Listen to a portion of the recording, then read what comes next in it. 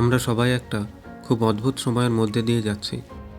আপনি সকালে ঘুম থেকে ওঠেন, ফোন চেক করেন, কাজের লিস্ট বানান, সারাদিন ছোটাছুটি করেন। কিন্তু দিন শেষে যখন আয়নার সামনে দাঁড়ান, নিজেকে একটা খুব কঠিন প্রশ্ন করে দেখবেন, আজ কি আমি সত্যিই কোনো ইম্প্যাক্ট তৈরি করতে পেরেছি? বেশিরভাগ মানুষের উত্তর হবে না। আমরা একটা ফলস প্রোডাক্টিভিটির যুগে বাস করছি। আমরা মনে করি 10টা ইমেলের রিপ্লাই দেওয়া, 5টা গ্রুপ চ্যাটে অ্যাক্টিভ থাকা মানেই কাজ করা। কিন্তু সত্যিটা হলো আমরা আসলে মেন্টাল ফগ বা একটা মানসিক কুয়াশার মধ্যে আটকে আছি। কার্ল নিউপোর্ট তার ডিপ ওয়ার্ক বইতে একে বলেছেন দ্য ট্রেডমিল এফেক্ট।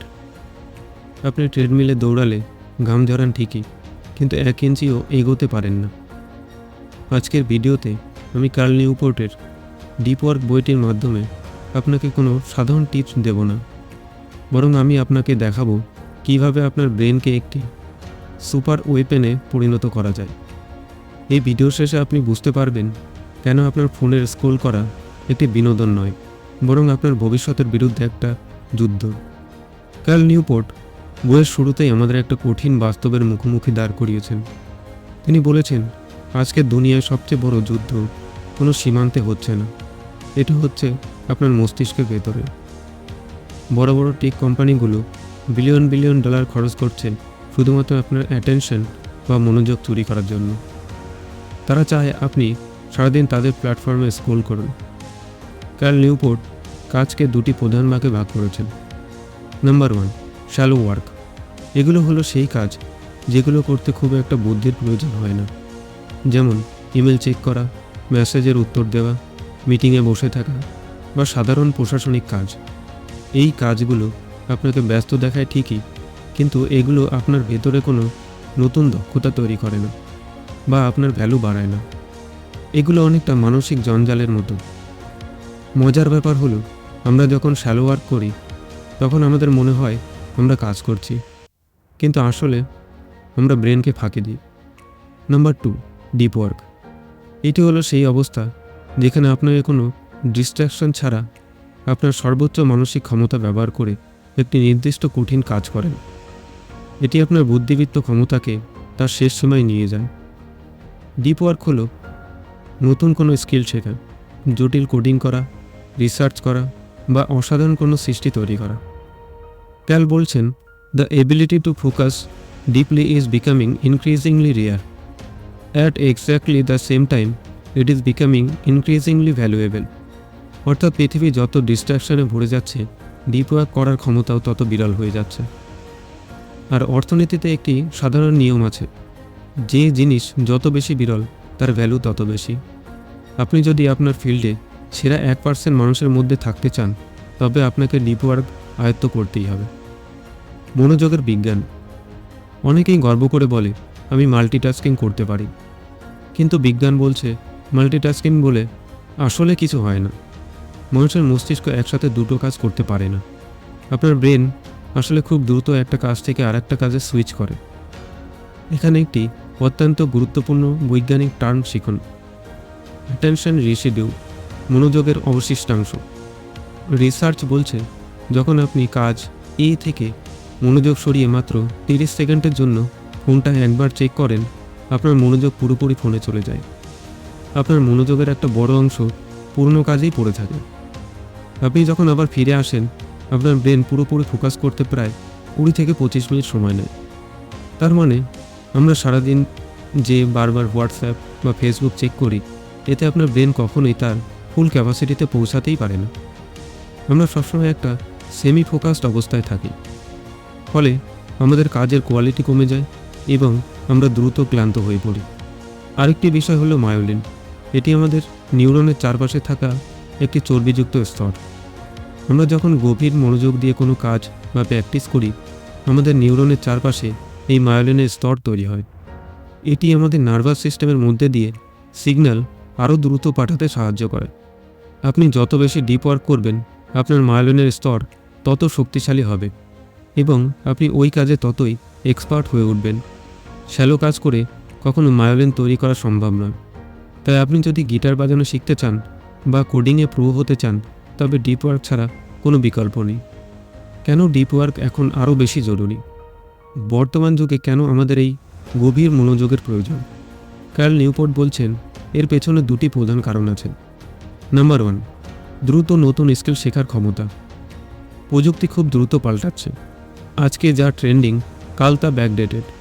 যদি আপনার কাছে গভীর মনোযোগ দেওয়ার ক্ষমতা থাকে তবে আপনি যে কোনো কঠিন বিষয় খুব দ্রুত শিখে ফেলতে পারবেন। আর যারা শ্যালো ওয়ার্ক করে তারা এই গভীর পরিবর্তনের সাথে তাল মেলাতে পারে না।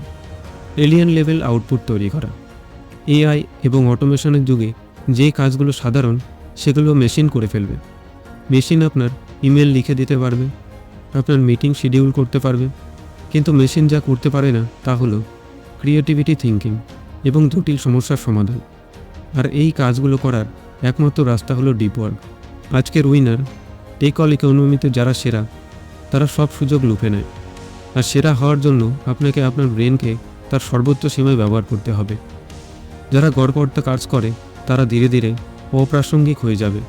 তাই ডিপ ওয়ার্ক এখন আর বিলাসিতা নয়, এটি টিকে থাকার লড়াই। ডিপ ওয়ার্কের 4টি ফিলোসফি। সবার জীবনযাত্রা এক নয়, তাই কার্ল নিউপোর্ট ডিপ ওয়ার্ক করার 4টি আলাদা আলাদা পদ্ধতির কথা বলেছেন। আপনার জীবনের সাথে যেটা মিলে আপনি সেটা বেছে নিন। Number 1, মোনাস্টিক approach. এটি হলো নিজেকে পৃথিবী থেকে পুরোপুরি বিচ্ছিন্ন করে ফেলা। এটি খুব কঠিন কিন্তু সবচেয়ে কার্যকর। যেমন কার্ল জাং, বিল গেটস, তারা নির্দিষ্ট সময়ের জন্য কোনো ফোন বা ইন্টারনেট ব্যবহার করে না। যারা বড় কোনো বই লিখছেন বা নতুন কোনো কোম্পানির স্টার্ট আপ করছেন তাদের জন্য এটি সেরা। Number 2, by model approach. এখানে আপনি আপনার সময়কে দুটো ভাগে ভাগ করেন। সপ্তাহে 4 দিন হয়তো আপনি সাধারণ কাজ করছেন, কিন্তু বাকি 2 দিন আপনি পুরোপুরি অফলাইন হয়ে গিয়ে গভীর কাজ করেন। এটি তাদের জন্য ভালো যারা চাকরি বা ব্যবসার পাশাপাশি বড় কোনো প্রজেক্টে কাজ করছেন। Number 3, rhythmic approach. এটি আমাদের মতো সাধারণ মানুষের জন্য সেরা। প্রতিদিন একটি নির্দিষ্ট সময়ে আপনি ডিপ ওয়ার্কের জন্য ফিক্সড করে নেবেন। যেমন হতে পারে সেটা ভোর 5টা থেকে 8টা। এটা আপনার অভ্যাসে পরিণত হবে। আপনার ব্রেন জানবে যে এই সময়টা আমার শুধুমাত্র ডিপ ওয়ার্কের জন্য। এই ধারাবাহিকতা বা রিদম আপনাকে লক্ষ্যে পৌঁছে দেবে। Number 4, journalistic approach. এটি তাদের জন্য যারা খুব ব্যস্ত থাকেন। যখনই আপনি 20 মিনিট বা 30 মিনিট সময় পাবেন তখনই নিজের ফোকাসকে লেজারের মতো শার্প করে কাজে লেগে যাওয়া। এটি বেশ কঠিন এবং এর জন্য অনেক প্র্যাকটিসের প্রয়োজন। আপনার প্রোডাক্টিভিটি বুস্ট করার উপায়। এখন প্রশ্ন হলো আমরা কিভাবে এটা বাস্তবে প্রয়োগ করব। কার্ল আমাদের 4টি মূল নিয়ম দিয়েছেন। Number 1, work deeply. আপনার একটি নিজস্ব ব্রেন রিচুয়াল তৈরি করুন। কাজ শুরু করার আগে 1 গ্লাস জল খান, ফোনটা অন্য ঘরে রাখুন এবং একটি নির্দিষ্ট জায়গায় বসুন। ব্রেনকে সংকেত দিন যে এখন আমি ফোকাস মোডে আছি। নিজেকে জিজ্ঞাসা করুন আমি আজ ঠিক কতক্ষণ ডিপ ওয়ার্ক করব এবং সেই সময়টা ক্যালেন্ডারে ব্লক করে রাখুন। Number 2, embrace boredom. আমরা এখন এক মুহূর্ত বোর্ড বা বিরক্ত হতে চাই না। বাসের লাইনে দাঁড়িয়ে আছি, ফোন বের করলাম। লিফটে উঠছি, ফোন বের করলাম। কার্ল বলছেন আপনি যদি সবসময় আপনার ব্রেনকে ডোপামিন হিট দেন তবে আপনার ফোকাস মাসল দুর্বল হয়ে যাবে। বিরক্ত সহ্য করতে শিখুন। যখন আপনি ফ্রি আছেন তখন ফোন না দেখে শুধু নিজের চিন্তার সাথে থাকুন। এটি আপনার ব্রেনকে শান্ত হতে এবং গভীর কাজের জন্য প্রস্তুত হতে সাহায্য করবে। Number 3, quit social media. এখানে কার্ল একটি বিতর্কিত কথা বলেছেন। তিনি সব সোশ্যাল মিডিয়া ছাড়তে বলেননি। তিনি বলেছেন এনি বেনিফিট মেন্টালিটি ত্যাগ করুন। আমরা মনে করি ফেসবুক থেকে হয়তো 2-1টা খবর পাচ্ছি, তাই এটা উপকারী। কার্ল বলছেন এর যতটুকু বেনিফিট তার চেয়ে এর ক্ষতি অনেক বেশি। নিজেকে প্রশ্ন করুন এই অ্যাপটা কি আপনার গোল অ্যাচিভ করতে সাহায্য করছে? যদি আপনার কাজ সোশ্যাল মিডিয়া মার্কেটিং না হয় তবে এই অ্যাপগুলো ডিলিট করতে দ্বিধাবোধ করবেন না। Number 4, drain the শ্যালোজ।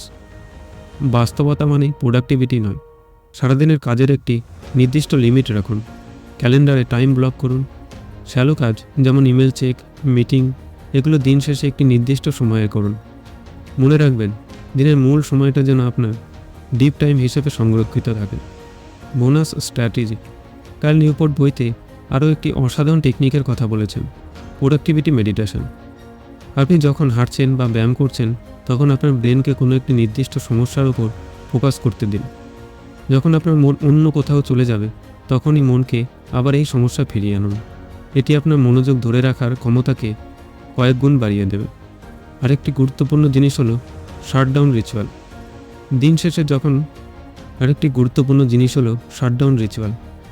দিন শেষে কাজ যখন শেষ করবেন তখন স্পষ্টভাবে ঘোষণা করুন, ওয়ার্ক ইজ ডান।